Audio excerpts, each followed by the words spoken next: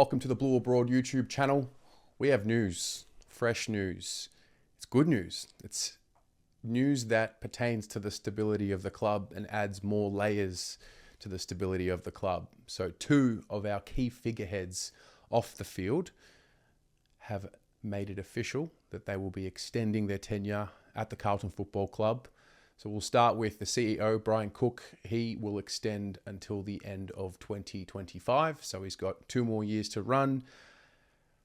And then we've got Michael Voss, who has extended until the end of 2026. So we'll start with Brian Cook. I watched the clip of the announcement that was made to the players by Luke Sayers and really just took a moment to reflect on what things were like pre-Brian Cook.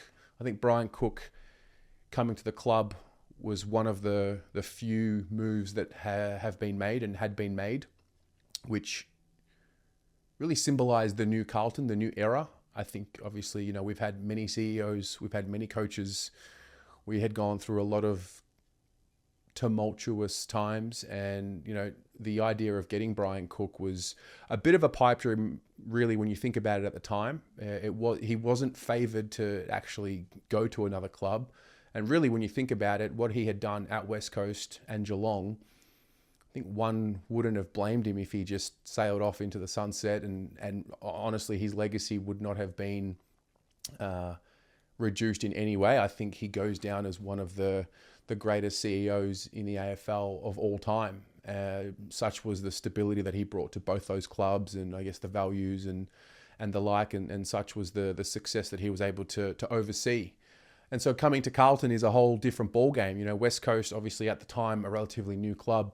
Geelong, a big club, but, Carlton is one of the really, really giant clubs in Victoria and in Melbourne, such is the draw card that we are. And so to come to Carlton, which, let's be honest, prior to coming to Carlton, if you're the CEO of, Geelong, coming from such a sustained period of success, and you're looking over at the prospect of coming to Carlton, it wasn't very attractive, let's be honest.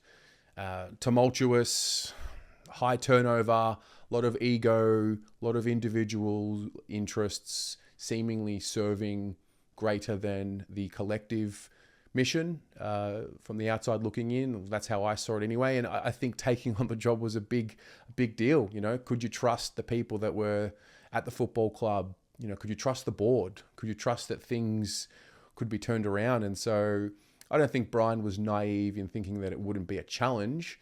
I don't know if he expected the challenge that we did receive. I mean, he has spoken openly about how passionate the fan base is. And I remember a quote where he said that the Geelong supporters seem to be thinkers and the Carlton supporters are a little bit more vocal. So, coming to that, and I think for us as well, and especially those who have clung on to the hope to see the great Carlton again, and those of us who were born pretty much from the 90s onwards that don't remember 95, we just don't have success in our memory bank. And so to have someone of Brian's ilk come to the club and then extend is a real sign of where the club's at. Vossi's the next one, extends to 2026. This is another guy who, there were doubts about him coaching again from the wider football community. I personally think it was all misguided. I think the context of his career prior to coming to Carlton were really just the steps for him becoming a coach again. The guy understands a football club from a playing point of view, from playing for a team that doesn't win a lot of games to being one of the most successful teams of all time. The guy is a winner. I think Luke Sayers said it really well, where he said he's got a good combination of head and heart. And it's always been a feature of Vossi, his ability to connect with his players. And there's no surprise that the word connection is one that we use a lot now at the Carlton Football Club. So that's just really, to me, it's really exciting news. I am just not used to having such positive news off the field at this period of time. There's generally been a lot of stress and, I guess, frustration going into a season, because the question mark's always been, when are we going to start playing in meaningful games at the pointy end of the season, and when are we going to start seeing the fruits of our labour? And, there've always been question marks in pre-seasons around, have we got the right pieces? Have we got the right mix? Are they going to be able to do it? And so now I think it's safe to say, like, the list is good enough.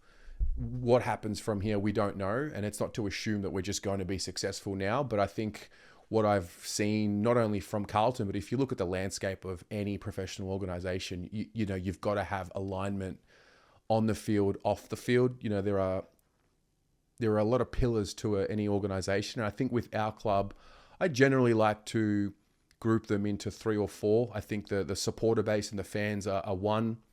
I think the playing group is 2. And then I think the administration is 3. And then, within the administration, you've got coach, CEO, president, board, etc. And so to have 2 of the 3 absolutely locked in now, where we don't have to, answer any questions about, are you staying? Are you going? Are you going to get sacked? I think just takes a level of, mental attention away from what we usually would be having to answer questions for. And we know that this is our group, these are our people, and this is what we're going to be doing for the next couple of years. And this is it. Whether we end up winning a premiership, multiple premierships or not, we don't know, but this is it. This is our opportunity. It's in front of us, and these are the people that are going to lead it.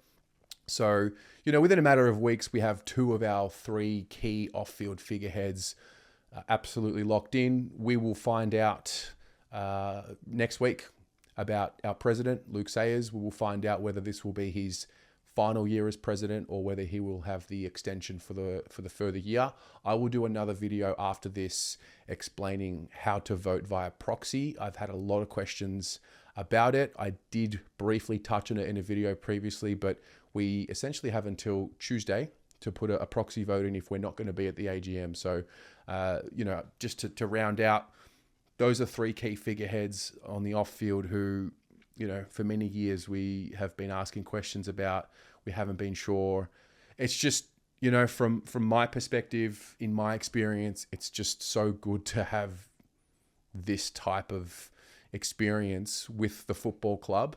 And, I'm going to hope, I'm going to assume, you shouldn't assume anything, but I'm going to assume that stability is a good thing for the football club. And I believe that these announcements pertain to stability. So ticks all around for me. I'm pretty happy with what I see. What about you? How do you feel as a supporter about the extension for Brian Cook and Michael Voss? Let's have a discussion about it. I'm sure it'll be a topic for the shows in the next few weeks, but I do want to see what your reaction is to the news. So let us know in the comments below, and I'll see you soon. Go Blues.